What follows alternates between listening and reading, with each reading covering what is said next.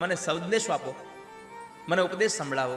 ત્યારે વિદુરજી મહારાજને ઉદ્ધવે કહ્યું કે તમે મૈત્રેય ઋષિના આશ્રમમાં જાઓ, તમને ત્યાં સંદેશો મળશે. એક રાત્રિ રોકાઈ અને મૈત્રેય ઋષિના આશ્રમમાં આવ્યા. મૈત્રેયને પ્રશ્ન કર્યો, બાબજી, આ સંસારમાં માણસ સુખી થાય છે, સુખાય કર્માણી કરોતિ લોકો નતૈ સુખમ વાન્ય દુપારમ વા. ભગવાન, આ સંસારમાં જીવાત્મા સુખી થાય છે, દુઃખી થાય છે, એનું મૂળ કારણ શું છે? આના માટે તો કૃષ્ણનો જવાબ બહુ સારો છે. ગીતાજીમાં ભગવાને કીધું, કર્મણ્યવાધિકા રસ્તે માં ફલેશુ કદાચન. આ દુનિયામાં જે માણસ દુઃખી થાય છે કે સુખી થાય છે, એમાં કોઈ કોઈને દુઃખી નથી કરતું, કોઈ કોઈને સુખી નથી કરતું. કેવળ માત્ર પોતાના કર્મથી દુઃખી ને કર્મથી સુખી થાય છે. જેવું તમારું કર્મ કરશો એવું અહીંયા ફળ ભોગવશો. કર્મ પ્રધાન વિશ્વ કરી રાખા. રામચરિત માનસ એમ કહે છે કે કર્મનું ફળ તો બ્રહ્મના બાપ દશરથ નહીં ભોગવવું પડ્યું, તો આપણે તો બધા પામર મનુષ્ય છીએ, આપણે ભોગવવું પડશે. માટે કર્મ એવું કરો કે ફળ ભોગવવા ટાણે આપણો ચહેરો હસતો હોય. કર્મ એવું કરો કે આપણે જ્યારે કર્મનું ફળ ભોગવતા હોય ત્યારે દુનિયા આખી આપણા ઉપર આપણે સામું જોઈને હસતી હોય, વાહ શું કર્મ કર્યા છે તમે.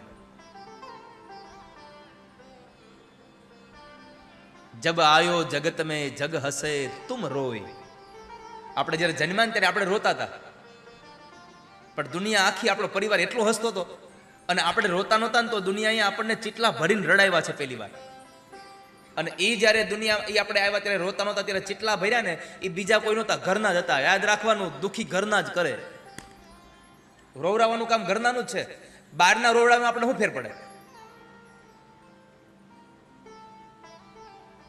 જબ આયો જગત મેં જગ હસે તુમ રોય, પર એસી કરની કર ચલો તુમ હસો જગ રોય.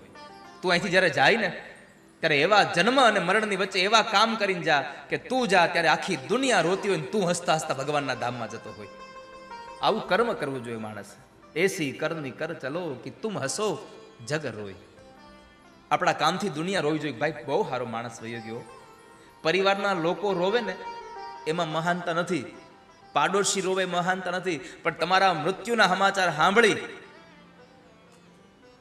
અને બહુ દૂર રહેલો માણસ પણ જ્યારે રડે ને ત્યારે સમજવું આપણે સારા કામ કરીને ગયા છે સંસારમાં. આપણી ખોટ વર્તાવી જોઈએ.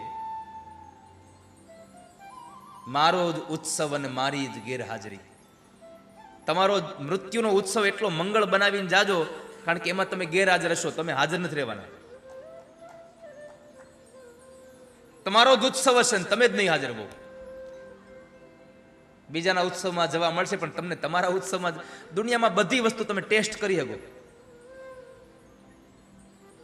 દુનિયામાં બધી વસ્તુ તમે ટેસ્ટ કરી શકો. ભાઈ લાવો, ફાવે તો લઈ જાઓ બીજી વાર. કોઈ કીધું થોડુંક મૃત્યુ આપો, ફાવશે તો વધારે લેવું એમ? એ તો જેવું છે એવું લઈ જ લેવાનું, એમાં તમારું ન ચાલે.